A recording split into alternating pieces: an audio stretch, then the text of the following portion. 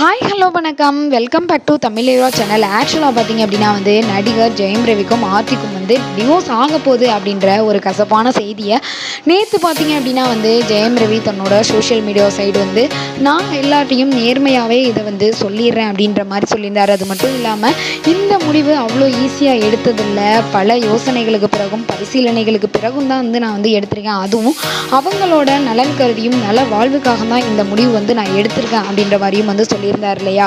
அவரே அதுக்கான காரணத்தை சொல்லலைனாலும் விடுவாங்களா நம்ம பத்திரிகையாளர்கள்? அவங்க பார்த்தீங்க அப்படின்னா அடுக்கிக்கிட்டே போகிறாங்க பல காரணங்களை.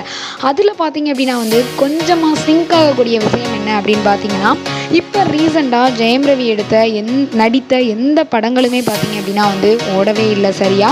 அதில் ரொம்பவே மன விரக்தியிலையும் மன வேதனையிலையும் பார்த்தீங்க அப்படின்னா ஜெயம் ரவி இருந்திருக்காரு.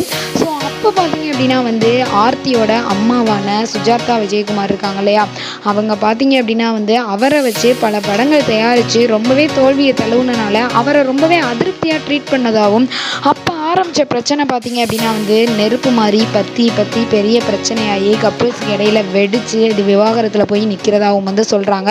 அது மட்டும் இல்லாமல் ஒரு டேரக்டர் கதை சொன்னால் கூட மாமியார் ஓகே சொன்னால் தான் ஜெயம் ரவி நடிக்கணும் அப்படின்ற மாதிரி ஒரு ரூல்ஸ் இருந்ததாகவும், அதனால பார்த்தீங்க அப்படின்னா ஆர்த்திக்கும் இவருக்கும் பிரச்சனை ஆரம்பிச்சதாகவும் கூட சொல்கிறாங்க. இன்னொன்று என்ன பார்த்தீங்க அப்படின்னா ஆர்த்தி ஜெயம் ரவியை அதிகமாகவே சந்தேகப்பட ஆரம்பிச்சிட்டாங்க. ஷூட்டிங் ஸ்பாட்டில் இருக்கும்போது கூட நீங்கள் எங்கே இருக்கீங்கன்னு ஷூட்டிங் ஸ்பாட்டுக்கே நேராக கூட போயிருக்காங்க. இதெல்லாம் காரணங்களாக என்ன அப்படின்னு சொல்லிக்கிட்டு இருக்காங்க. ஸோ உண்மையிலே இவங்க ரெண்டு பேரும் பிரிஞ்சதுக்கு என்ன காரணம் அப்படின்றது அவங்க ரெண்டு பேருக்கு மட்டும்தான் தெரியும். நம்ம பத்திரிகையாளர்கள் இந்த மாதிரியான பல காரணங்களை அடுக்கிக்கிட்டே போகிறாங்க.